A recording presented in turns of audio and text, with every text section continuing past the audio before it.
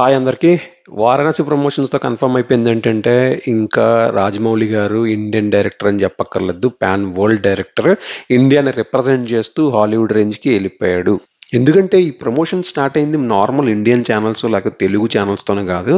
హాలీవుడ్‌తో tie up అయి ఉన్న YouTube ఛానల్స్‌తో start అయ్యాయి ప్రమోషన్స్. సో ఇనీషియల్ ప్రమోషన్స్ ఈ రేంజ్‌లో ఉంటే ఇంక రిలీజ్ అయ్యే టైంకి బజ్ ఏ రేంజ్‌లో ఉంటుందో మనం ఊహించుకోవచ్చు. అది తెలుగు ఆర్ ఇండియన్ సినిమాకి చాలా చాలా మంచిది.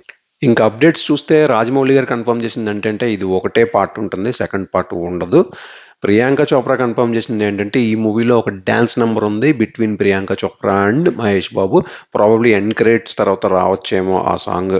ఇంకా పృథ్వీరాజ్ గారు కన్ఫర్మ్ చేసింది ఏంటంటే ఆయన క్యారెక్టర్ కంప్లీట్ డార్క్ కాదు, గ్రేలా ఉంటుంది, అంటే మంచి చెడు కలిసి ఉన్నట్టు ఉంటుందని చెప్పారు. ఇంకా మహేష్ బాబు గారు కన్ఫర్మ్ చేసింది ఏంటంటే ఆయన రాముడి క్యారెక్టర్ చేస్తున్నట్టు ఒకటి, రెండోది body language and running style డిఫరెంట్గా ఉంటుంది.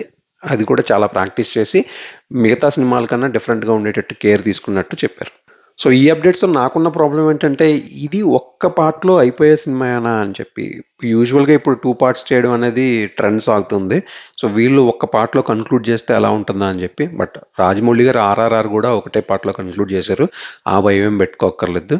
ఐ థింక్ ఈ సినిమా అయిపోయిన తర్వాత మహేష్ బాబు గారికి హాలీవుడ్లో ఏదైనా ఛాన్స్ వస్తే ఎలా ఉంటుందో కామెంట్ చేయండి. ప్లీజ్ సబ్స్క్రైబ్ చేసుకోండి. Thank you.